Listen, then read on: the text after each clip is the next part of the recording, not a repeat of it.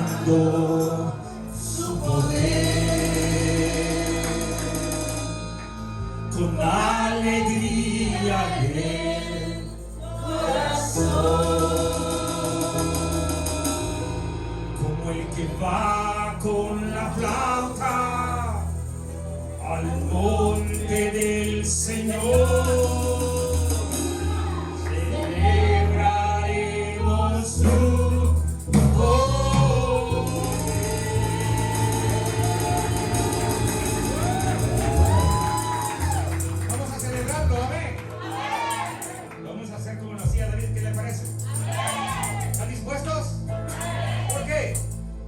es el poderoso de Israel, el poderoso de Israel.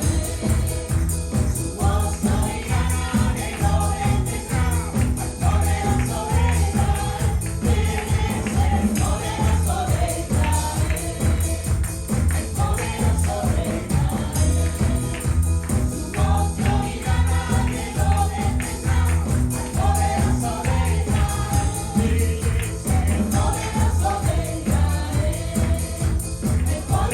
de Israel. Su voz soberana de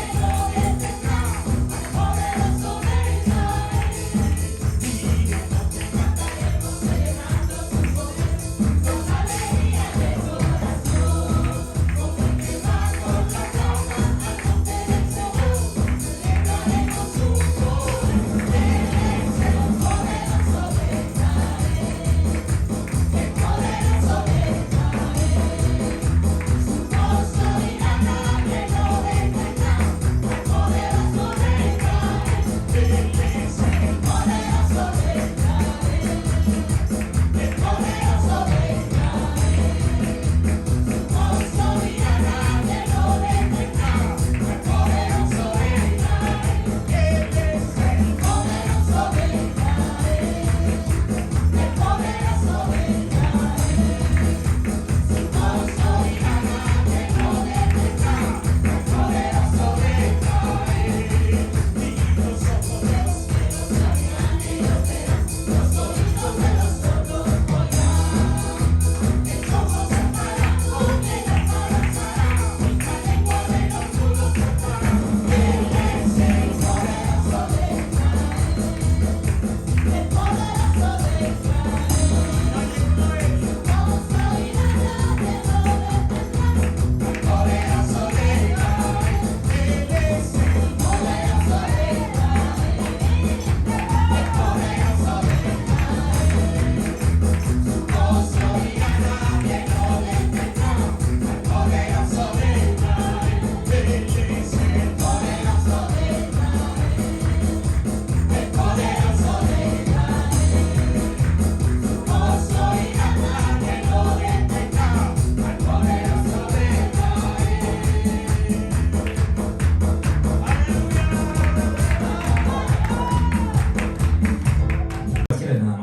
Al libro de los Hechos, capítulo 10, verso 44 al 48. Hechos, capítulo 10, verso 44 al 48. Vamos a recordar aquí hay una enseñanza muy importante. ¿Lo tenemos todos? Amén. Lo leemos todos juntos, despacio, tomando en cuenta las comas y los puntos como un coro angelical. Y se lee la palabra del Señor en el nombre del Padre, del Hijo y del Espíritu Santo, y dice así: mientras aún hablaba Pedro estas palabras, el Espíritu Santo cayó sobre todos los que oían el discurso. Y los fieles de la circuncisión que habían venido con Pedro se quedaron atónitos de que también sobre los gentiles se derramase el don del Espíritu Santo, porque los oían que hablaban en lenguas y que magnificaban a Dios. Entonces respondió Pedro: ¿puede acaso alguno impedir el agua para que no sean bautizados estos que han recibido el Espíritu Santo también como nosotros? Y mandó bautizarles en el nombre del Señor Jesús. Entonces le rogaron que se quedase por algunos días. Esta es palabra del Señor. Oremos. Padre amado, En el nombre de Jesús, nombre que es sobre todo nombre, te damos gracias, Padre, porque tú eres bueno, porque para siempre es tu misericordia. Y tu fidelidad es por todas las generaciones, Padre amado. Señor, en esta noche vamos a meditar en tu palabra. Y vamos a ver, Señor, lo que tú hiciste en aquel pueblo gentil por primera vez, Padre. Los milagros que tú llevaste a cabo en aquellos que no te conocían, Padre amado, para que nosotros podamos entender la grandeza de tu poder y de tu misericordia y del plan que tú tienes para cada ser humano aquí en la tierra. En el nombre poderoso de Jesús. Y el pueblo dice: amén. Amén. Bueno, nosotros venimos hablando acerca de la primera iglesia, ¿verdad? Esta es la primera iglesia. No hay otra primera iglesia. La primera iglesia nace con Jesucristo. Él vino a formar esta iglesia con 12 discípulos nada más. Con 12 discípulos, Él vino a esta tierra y ha transformado, hermano, el mundo entero. Con 12. Imagínense, ¿cuántos sabemos aquí? ¿Habemos más de 12? Vamos a poner que habemos unos 20, 30. Con 30. ¿Cuántas cosas podría hacer Dios con nosotros? Muchas, ¿verdad que sí? Muchas. ¿Sabe qué fue lo que causó este mover de Dios aquí en la tierra? ¿Y por qué este evangelio llegó hasta nosotros? ¿Sabe por qué?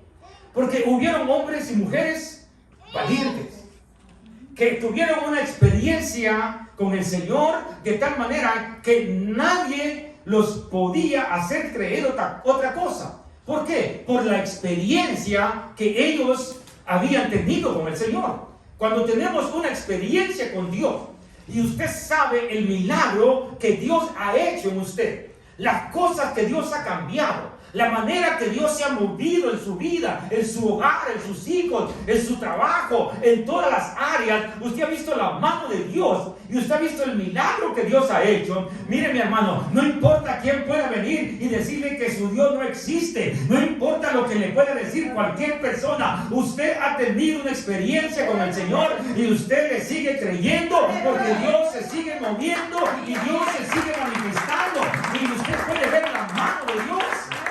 Esa experiencia es importante en cada uno de nosotros, mis amados hermanos. Por eso a estas personas no les importaba, aún se tenían que morir, aún se tenían que pagar con la vida de sus hijos, con sus hogares, con sus bienes, con todo lo que poseían. Ellos habían encontrado un motivo más grande, más bello, más precioso que todo lo que pueda existir. Era el motivo de ser llamados hijos del Dios viviente. Por eso se expandió el evangelio, porque a ellos no les importaron las situaciones que se movían en aquel tiempo. No era fácil. Quizás ahora sea más fácil predicar la palabra, pero en aquel tiempo el evangelio no se conocía más de las fronteras de Jerusalén. No se conocía. Solamente aquellos 12 discípulos y aquellos demás discípulos que se unieron a estos 12, que fueron los que llevaron ese evangelio por todo el mundo. Y gloria sean dadas a Dios, porque mi amado hermano, hermana, nosotros tenemos el privilegio de poder haber escuchado esta palabra, de que alguien nos haya hablado del Señor, de que alguien nos haya predicado su palabra y nosotros entender que necesitábamos de su presencia en nuestras vidas y rendimos nuestro corazón al Señor. Y hemos experimentado y seguimos experimentando cosas maravillosas que Dios sigue haciendo en nosotros. Pero debemos nosotros de tomar esa posición como estos hombres, como estas mujeres. Porque, hermano, hubieron mujeres tremendas en las manos de Dios que hicieron cosas grandiosas para la gloria de Dios. Por eso yo no entiendo y a veces hasta me enojo, hermano. Cuando hay iglesias que a la mujer la quieren tener como que si no vale nada. Y a la mujer le ponen un montón de reglas, hermano, que casi le quisieran desaparecer. Es tremendo. Hay iglesias donde a la mujer, hermano, la quieren tener pero bien controladita en todo. Es duro eso. Pero ¿sabe qué? El Señor vino a darle el lugar a la mujer. El Señor no rechazó a la mujer. Y fue el primero que tuvo el contacto con aquella mujer gentil. Y el ejemplo para los discípulos, para que ellos vieran algo que ellos no podían hacer, porque era prohibido de parte de Dios.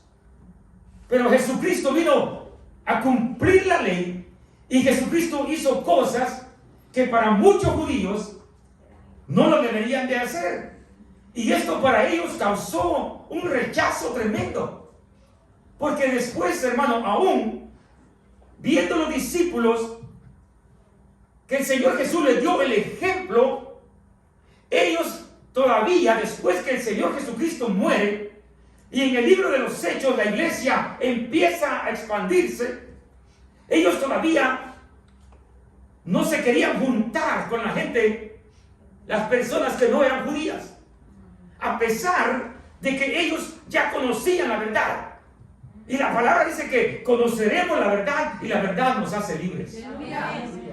Ellos eran libres, pero más sin embargo sus costumbres todavía las traían arrastrando. Es peligroso cuando nosotros venimos a conocer al Señor y venimos arrastrando todavía esas costumbres. Y tenemos tiempo en el Evangelio, pero las costumbres no las queremos soltar. Costumbres religiosas. Nosotros, mi esposa y yo, cuando conocimos al Señor, entendimos que necesitábamos rendir nuestra vida completa al Señor. Y una de las cosas que siempre nosotros hemos hecho es que esperamos siempre, como hemos fallado en todos estos años de ser cristianos, 2 veces más o menos, quizás 3, no, 3 lo máximo, de no pasar un año nuevo esperando el año nuevo de rodillas delante de la presencia de Dios. Pero un día, yo emocionado, le dije a un hermano, hace años allá en la iglesia que teníamos en Pander, hermano, el 31 vamos a tener un servicio alegre, vamos a esperar al año aquí de rodillas y vamos a pasar un buen tiempo. Y me dice, no, hermano. Yo me quedé como así, ¿verdad? Yo dije que le ofendí, ¿verdad? Nosotros tenemos una tradición y no se puede quebrar. ¿Y qué es, hermano? Es que nos reunimos toda la familia ese día, hermano, y eso no se puede, no lo podemos cambiar. Bueno, le digo, pues está bien, ¿verdad? Porque pues, ni modo, uno no puede, a la fuerza ni los zapatos entran, ¿verdad? Pero ¿sabe qué? Es bonito uno esperar un tiempo, un año nuevo que no sabe no se va a terminar, ¿verdad? Esperándolo de rodillas delante de la presencia del Señor. Y soltando tradiciones, porque yo también tenía mis tradiciones, porque mi tradición antes de yo ser cristiano era eso, el 31 de diciembre en mi pueblo, hermano, era un fiestón tremendo, hermano, lleno de alcohol y lleno de tantas cosas. Era un fiestón, todo el pueblo estaba involucrado en eso. Y uno viene arrastrando todavía costumbres, ¿verdad? Y todavía algunos cristianos todavía ponen el 31 de diciembre todavía ponen canciones del mundo y se faltan 5 para las 12, el año va a terminar, ¿verdad? Y se van corriendo a la casa a esperarla, ¿no? Y otros ponen, me dejó una chiva, una burra negra, y hasta les dan ganas de, ¿verdad? Todavía, cristianos todavía, ¿verdad? Es tremendo. Yo he conocido cristianos así, quizás usted no los conoce y quizás aquí no haya, pero yo he conocido, mis amados hermanos, se lo digo porque he vivido esto y he visto, y entonces yo me he quedado como pensando, ¿verdad? ¿Qué pasa? ¿Por qué venimos arrastrando todavía esas tradiciones? Nosotros tenemos que buscar a Jehová mientras pueda ser hallado. Más en este tiempo, mi amado hermano, yo platico con mi esposa y no me pasa todavía. Y yo le digo a ella, mira, ¿cómo es que estas personas ya se murieron? No sabe cómo he sentido, mi hermano Isaías. Lo he sentido bastante. Y digo yo, wow. Y yo, Señora, ¿hasta dónde voy a llegar? Usted no le pregunta al Señor, yo le pregunto a Dios. no me ha contestado todavía. Quizás me permita llegar al otro año, pero quizás no lo termine. Uno nunca sabe. Entonces, ¿qué es lo más precioso que uno puede hacer? Es estar agarrado de la mano de Dios, porque de Él viene toda bendición, de Él viene toda fuerza, de Él viene todo poder, de Él viene todo, mis amados hermanos. Y ahorita que veníamos por la iglesia, venimos platicándoles y hablábamos, mira cómo son las cosas. Nosotros nos morimos y ahí se queda todo, se va a quedar. Todo. Y nosotros afanados aquí en la tierra. Miren, por eso yo le digo a usted, yo le he dicho a usted y lo sigo diciendo, disfrute la vida con su familia, estemos contentos, estemos felices, tratemos de estar en paz con todos, ¿verdad? Más nosotros como pueblo de Dios, hermano, a veces andamos peleando por una bobería ahí, cualquier cosa, y nos enojamos y andamos, no, hermano, mire, la vida se nos termina así, se va así, mire, así, paz. Así es. Estemos contentos. Conforme, Pablo entendía perfectamente esto. Dice, yo estoy contento cualquiera que sea mi situación, porque él anhelaba estar más en la presencia del Señor que estar aquí en la tierra. Él prefería estar en el cielo como el Señor, pero decía él, por causa de aquellos que no conocen al Señor, yo prefiero estar en la tierra para predicar la palabra. Mira, mi hermano, que nuestro deseo de estar y permanecer en esta tierra no sea, hermano, para los deleites de la carne, sino para poder compartir con alguien, mi amado hermano, y primeramente con nuestra familia, que nuestra familia, hermano, sea salva, porque mi hermano, miren, ¿de qué sirve que nosotros queramos ser evangelistas, que queramos predicar la palabra en África, en la China, en la India, en Japón, en Guatemala, en México, en El Salvador, pero los hijos andan perdidos en los vicios? Los hijos se emborrachan, se drogan, andan en prostitución, andan envueltos en las cosas del mundo. Hermanos, si nosotros no ganamos a nuestra propia familia, dice la Biblia, ¿de qué sirve que granjeemos el mundo y perdamos nuestra alma? ¿De qué sirve que ganemos a una persona por allá? Si mi hijo se va a ir al infierno, yo voy a hacer todo lo que sea posible por ganarme a mi hijo. ¿Sabe por qué nuestros hijos muchas veces no quieren venir a la iglesia? Porque no les damos un ejemplo. Como padres no damos el ejemplo que ellos esperan mirar. ¿Cuántas veces nos miran orar en la casa? Si lo que nos miran es ver la televisión, ver tanta película y juegos y esto y el otro, y nos miran involucrados en estas cosas. Qué bueno hay en la televisión hoy en día, mi amado hermano. Puras películas malcriadas, hermano. Puras malas palabras. Y cuando sale una película ahí cristiana, rápido lo pasamos para aquí. Entre más guerra tenga, entre más se maten, mejor. Entre más...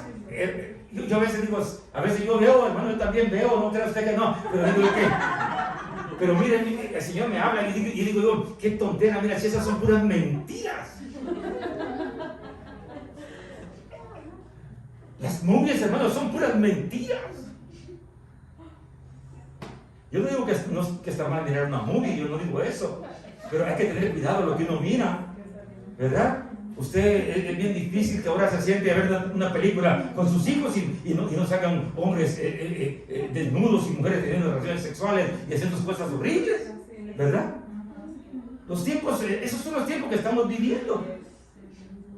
Entonces lo mejor que yo creo, mis amados hermanos, es que amemos más al Señor. Lo mejor que nosotros podemos hacer es darle el tiempo de Dios a Dios. Dar a César lo que es de César y a Dios lo que es de Dios. Dios no nos pide que estemos metidos en la iglesia. Dios no nos pide que estemos solo leyendo y no trabajemos. No, eso no es. Para todo hay tiempo, dice la palabra de Dios. Hay tiempo para trabajar, hay tiempo para orar, hay tiempo para cantar, hay tiempo para disfrutar con la familia, hay tiempo para todo. El problema es que a veces no sabemos administrar nuestro tiempo. Entonces tenemos que ir soltando tradiciones que muchas veces venimos arrastrando del mundo. Y somos cristianos. Y confesamos al Señor. Y decimos que somos salvos. Pero estamos enredados todavía con ciertas tradiciones que venimos arrastrando. Una de las tradiciones que el pueblo venía arrastrando era la circuncisión. Dios le había dicho a su pueblo que tenía que ser circuncidado. Y era la señal, era una tradición, tenía que hacerse de generación en generación. Pero cuando vinieron a los gentiles, el evangelio llega a Cesarea. ¿Se acuerda de Cesarea, verdad? ¿Se acuerda? Alguien dijo por ahí de Cesarea. No es Cesarea, es Cesarea, ¿verdad? ¿Quién vivía en Cesarea?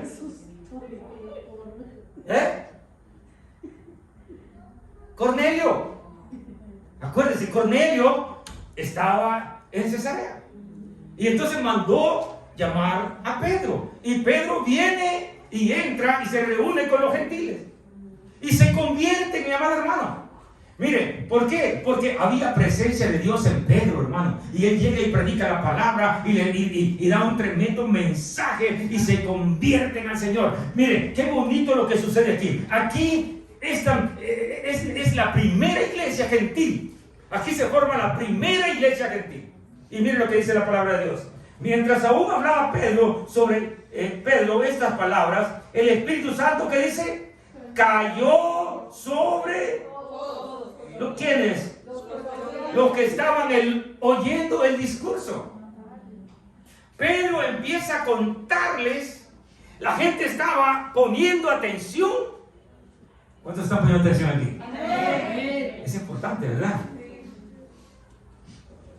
Cuando ellos estaban escuchando el mensaje de Pedro, yo me imagino que ellos estaban bien atentos al mensaje que Pedro estaba escuchando, estaba hablando. Entonces, él estaba predicando la palabra. Y entonces, ¿qué pasa? Vino el Espíritu Santo sobre ellos. Fue un derramamiento del Espíritu Santo sobre los gentiles. Ahora, yo entiendo a Pedro, porque Pedro, ¿se acuerda que Pedro dijo: yo no voy a comer ninguno de esos animales? ¿Por qué? Porque nada inmundo jamás ha entrado en mi boca. Y cuando él mira esto, Pedro se había quedado como muy admirado al ver de cómo el mover del Espíritu que estaba pasando ahí, porque Pedro ya había tenido una experiencia en el día del Pentecostés. Cuando él estaba predicando, el Espíritu Santo viene y llena a todos los que estaban ahí reunidos y empiezan a predicar la palabra. Y usted sabe que habían ahí medos, persas, y había de toda clase de personas, y todos escucharon hablar a los discípulos en la lengua que ellos hablaban. Ese es un misterio que ocurrió allí, porque toda la gente que estaba ahí no habían traductores. No, el Espíritu Santo hizo esa traducción para que ellos escucharan el mensaje poderoso de la salvación que es en Cristo Jesús. Entonces, lo mismo ocurre aquí. Pedro está predicando la palabra, la gente está atenta al mensaje, un mensaje que nunca habían escuchado, algo nuevo. Para ellos era esto algo nuevo, pero por revelación del Espíritu Santo, Dios ya había preparado el corazón de Cornelio y la gente que estaba ahí congregada. Porque fíjense que yo no sé cómo fue su experiencia, pero mi experiencia, yo cuando me entregué al Señor, ya el Señor ya me había preparado, hermano. Ya había tratado conmigo, ya yo había meditado en mi vida. Yo ya me había analizado cómo yo estaba viviendo mi vida. Y yo ya había reconocido dentro de mí que yo estaba mal. Aunque a veces me justificaba a mí mismo, pero había otra voz que me decía: no, tú estás mal. Pero ya Dios estaba tratando conmigo. A tal punto que cuando llegó el momento, hermano, yo caí rendido delante de la presencia del Señor. Porque Dios ya estaba trabajando en mí. Es más, aún cuando yo era inconverso, Dios puso en mí, porque yo creo que debe haber sido Dios, el comprar una Biblia. Imagínese usted. Comprar una Biblia y leer la Biblia.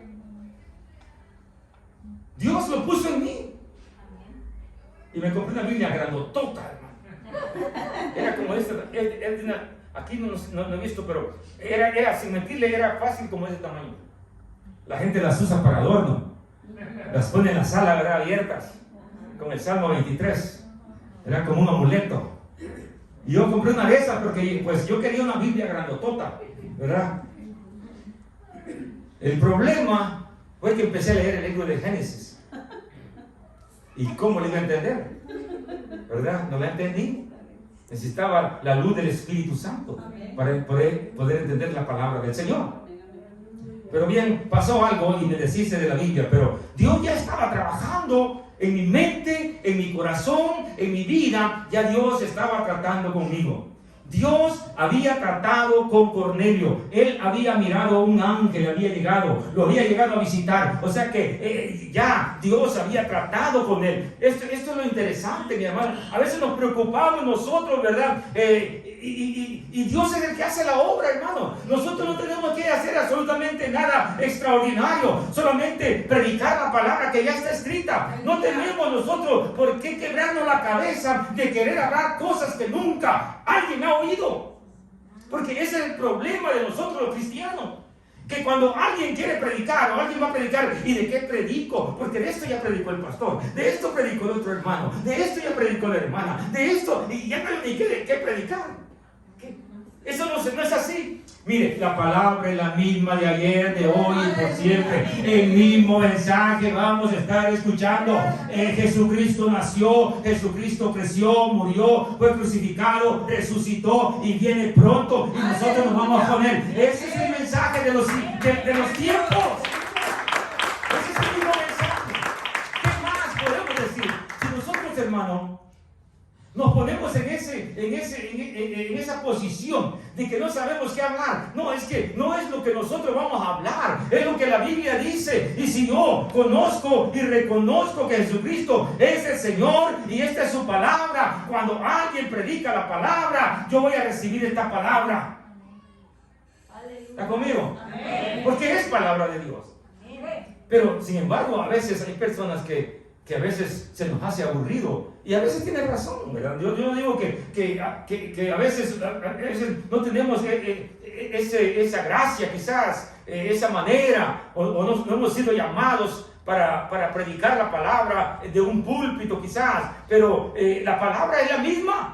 No importa cómo se predique, si es una persona como Apolos, que dice la Biblia que Apolos era muy elocuente para predicar la palabra, tenía ese fluir de palabra. Hay gente que tiene que fluir, ¿quién los para cuando empiezan a hablar? ¿Verdad? Hay otros que a veces tienen que sacarnos las palabras con cuchara, como decía mi mamá. Pero cuando estamos llenos de la presencia de Dios, hermano, es el Espíritu Santo que se mueve. Cuando es la presencia de Dios y hemos leído su palabra, la palabra va a fluir, porque de la abundancia del corazón habla la boca. No sé, mire, el Señor le dijo a sus discípulos: cuando ustedes vayan a predicar la palabra, no vayan delante de las autoridades, no se preocupen qué van a decir. Ustedes, el Espíritu Santo les va a dar a ustedes la palabra. Mire, cuando nosotros vamos a predicar la palabra y tenemos esta palabra en nuestro corazón, Dios va a poner las palabras para hablarle a una persona. Dios va a hablar a través de nosotros. Y Pedro fue y les predicó el mensaje, hermano. Y todos estaban, me imagino yo, wow, nunca habíamos oído esto. Y cuando ellos estaban creyendo, porque, hermano, con el corazón se cree para justicia, hermano. Amén. Por eso hay que tener cuidado, no es con la mente, es con el corazón que uno cree para justicia. Pero con la boca se confiesa para salvación. Entonces, cuando nosotros creemos la palabra en nuestro corazón, yo creo que esta palabra es la palabra de Dios. Yo la creo con todo mi corazón. Y cuando yo la leo, esta palabra yo sé que es poderosa. Bueno, ellos estaban escuchando el mensaje de salvación.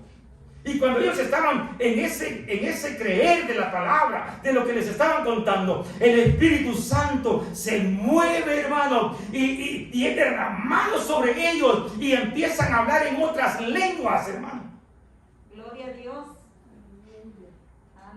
Estas lenguas que están hablando aquí son lenguas angelicales que hablaron.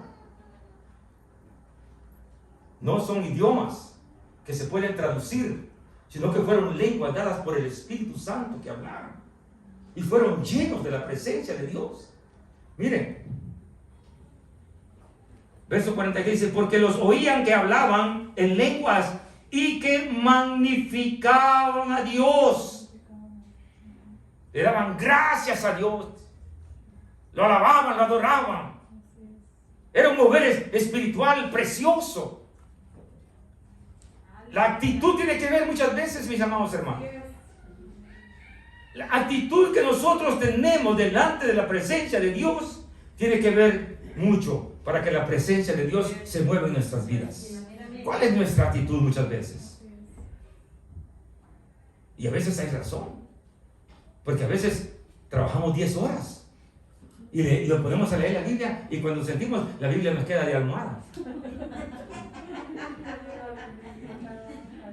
¿Verdad? Nos queda de almohada la Biblia. Y no se mira. Y luego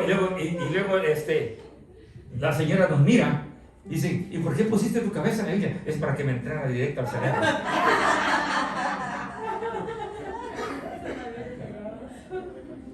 Qué bonito fuera, ¿verdad? Sí, amén. Que se nomás de tomarlo así, ¿verdad? Todo este capítulo que se me quede y que se me pasara, ¿verdad? Como un download ahí, ¿verdad?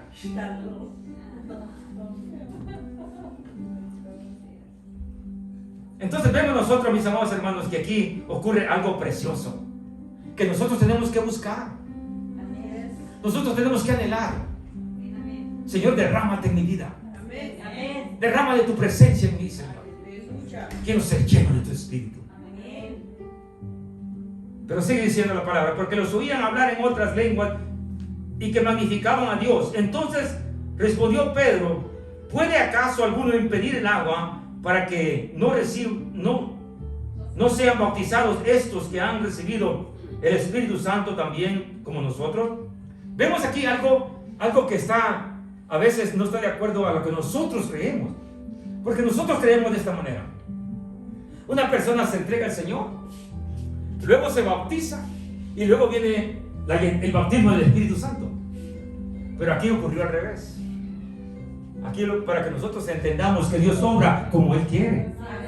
No es como nosotros muchas veces tenemos la idea, ¿verdad? A veces creemos nosotros que como hay personas que dicen, es que yo no me entrego al Señor porque no estoy preparado. No estoy preparada. O sea que esperan cambiar para rendir su vida a Cristo. Pero la cosa no es así. Dios nos quiere tal y como somos. Y Él va a hacer el cambio en nosotros. Porque si yo cambio a mí mismo, entonces yo no le voy a dar la gloria de Dios. Porque entonces yo voy a decir, no, es que es por mí. Yo me esforcé para cambiar. Yo. Pero cuando yo reconozco que yo no puedo y le doy la oportunidad a Dios para que Él me cambie a mí, cuando Él me cambia, entonces yo reconozco que Él es poderoso y me ha cambiado. Entonces la gloria yo siempre se la voy a dar a Él. Y es lo que Dios quiere, que nosotros reconozcamos que Él es el único. Él es nuestro creador. Si Él nos hizo, si Él nos formó a cada uno, Él sabe cómo somos todos nosotros, mis amados hermanos. ¿Quién es el único que puede apretarnos el tornillito que está flojito? ¿Quién puede entrar en aquellos lugares muy estrechos donde el hombre no puede entrar, no cabe la herramienta? ¿Por qué la gente va al psiquiatra, va al psicólogo por problemas que tienen? Y después se dan cuenta que el psicólogo está más loco que ellos todavía. Que el psiquiatra está más loco todavía. Es como cuando en la religión alguien se confiesa con otro hombre y este otro hombre está peor todavía. Es tremendo. Por eso nosotros creemos, mi hermano, que tenemos que venir a las manos del alfarero, del que nos creó, del que nos hizo, el que sabe cómo somos. Mire, cada uno somos diferentes. Cada uno somos diferentes. Me gustó el mensaje que predicó el hermano Isaías, hablando acerca del ADN que tenemos. El ADN que cada uno de nosotros traemos. Hermanos, nuestros hijos sacan el mismo color de piel, hasta todo va en ellos. Dios conoce, imagínense, usted es diferente a miles y miles y miles y miles de gente. Y Dios sabe cómo lo hizo. Entonces, si Él sabe cómo nos hizo, entonces Él sabe qué es lo que tiene que quitar, qué es lo que tiene que cambiar, qué es lo que tiene que renovar. Él sabe todo. Entonces nosotros tenemos que ir a Él. Vamos al Señor, acudamos a Él para que Él nos cambie, para que Él nos restaure, para que Él nos dé un tune-up. Amén. O sea, un tune-up es una levantadita, ¿verdad? Una carburada de sin guate, para que agarremos otra vez ese ánimo, ¿verdad? Porque como Pablo decía, nosotros, aunque este cuerpo se va desgastando y se va terminando, el interior, el hombre interior, la persona interior se puede ir renovando, ¿verdad? Se puede ir renovando, no importa cuántos años tengamos. Yo tengo 63 años, pero yo me siento como de 20.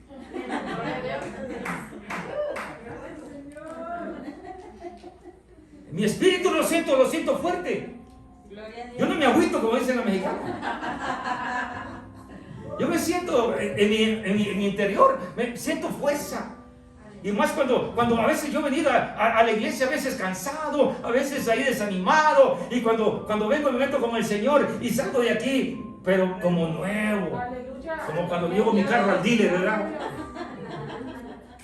Lo saco del dealer y cuando voy en el frío digo, wow, se siente diferente. ¿Se me lo cambiarían o qué? El Señor es el que nos puede dar fuerzas, hermano. Porque Él es el que da fuerzas al que no tiene ninguna. Amén. Así es que todo está que nosotros le creamos la palabra de Dios.